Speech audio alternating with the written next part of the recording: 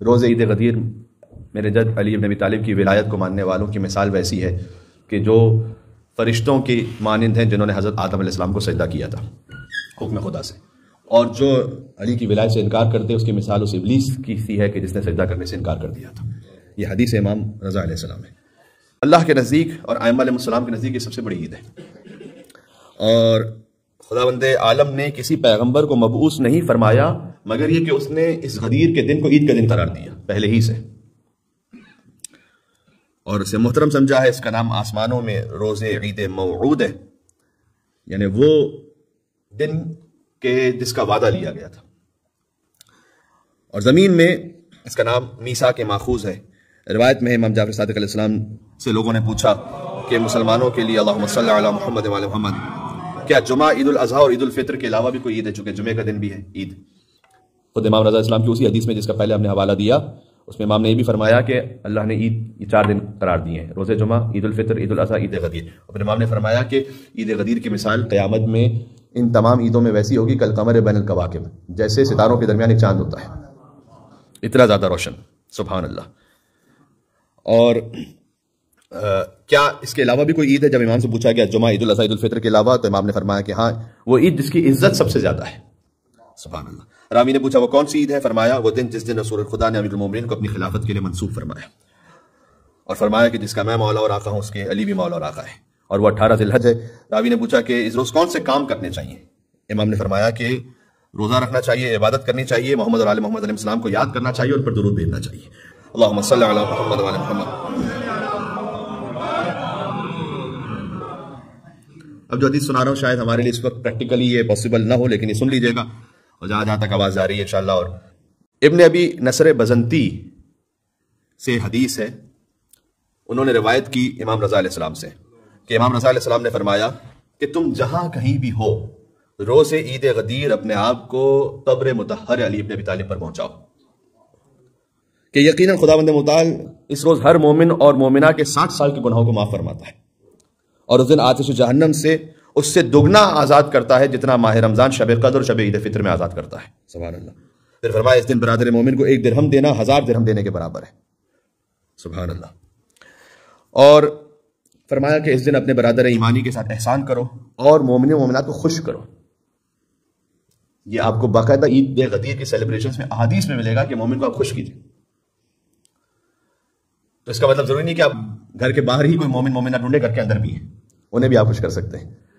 تو وہ کہتے ہیں نا کہ ایک دن سے 2 شکار ہو جائیں گے، غدیر کا ثواب بھی مل جائے گا، گھر کا ماحول بھی اچھا ہو جائے گا۔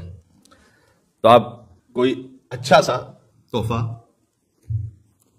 عید غدیر کی خوشی کی نیت سے انشاءاللہ دیجئے اپنی شریک حیات کو، اور بچوں کو بھی دیجئے، کہ بہرحال انہیں یہ یاد رہے، اور کاش یہ پریکٹس نارمل ہو سکے کہ مثلا سارے بچوں کو پتا ہو اور خانم کو بھی مثلا پتا ہو کہ بھئی عید غدیر جو ہے کوئی بہترین تحفہ ملے گا۔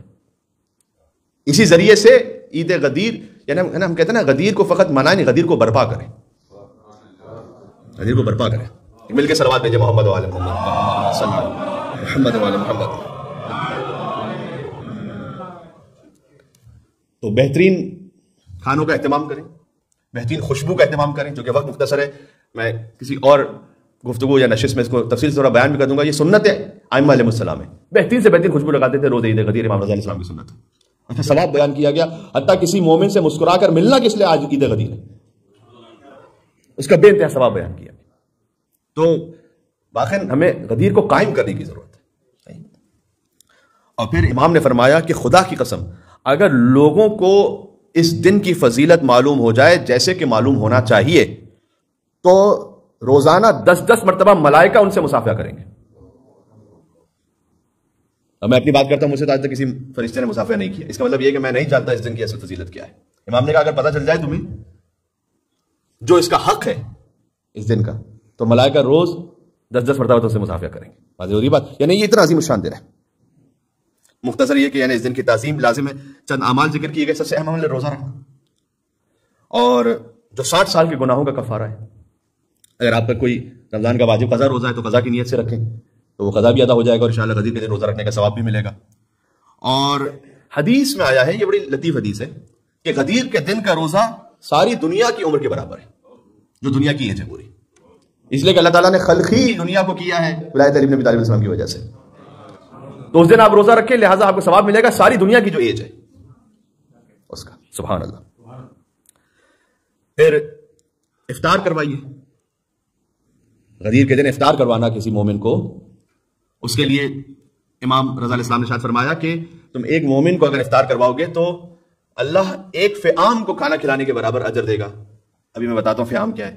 پھر امام نے کہا نہیں 2 فئام 3 فئام 4 فئام اور یہاں تک کہ 10 فئام امام نے کہے. فئام کا مطلب ہوتا ہے گروہ ایک. تو راوی نے پوچھ لیا کہ مولا اس ایک گروہ میں کتنے لوگ شامل ہوں گے؟ امام نے کہا 1 لاکھ. ایک مومن کو افطار کروانا. تو بے انتہا اللہ سبحانہ و تعالیٰ گویا تقسیم کر رہے ہیں نام علی بن ابی طالب السلام پر. تو اس دن کو سیلیبریٹ کریں. خاص میں نے جیسے آپ سے کہا کہ باقاعدہ گھر میں کوئی خوشی منائے، بچوں کو یہ پتا ہو، ان کو کوئی اچھا سا ایسا کوئی، میں یہ نہیں کہوں گا کہ ٹوائے وغیرہ دلوا دیں کہ جو بعد میں ان کے لیے کسی کام کرنا ہو، ایک دن کھیل کے انہوں نے پھینک دیا. کوئی ایسی چیز دلائیں انہیں، کوئی اچھی سی کہ جو ان کے لیے مفید بھی رہے اور انہیں یاد رہے کہ ہاں مثلا بابا نے ہمیں دلایا تھا، غدیر کے دن دلایا تھا. کہیں پر آپ کوئی سیر و تفریح کے لیے جائیں، کوئی ایسا اہتمام کریں اور بچوں کو یہ بتائیں اور انہیں خوشی دیں. پھر کچھ نمازیں بھی ذکر کی گئی ہیں، وہ آپ مفاتح الجنان میں دیکھ سکتے ہیں، اس کو میں نہیں دہراؤں گا. بس اختتام کرتے ہوئے اتنا کہوں گا کہ جو غدیر کی محفل ہو رہی تھی 18 ذی الحجۃ الحرام کو، وہ کیا عظیم الشان محفل تھی کہ اس محفل کا بانی ہے لا الہ الا اللہ. اس محفل کے خطیب ہیں محمد رسول اللہ، اور اس محفل کا عنوان تھا علی ولی اللہ. ہمارا کلمہ یہ غدیر پہ مکمل ہوتا ہے.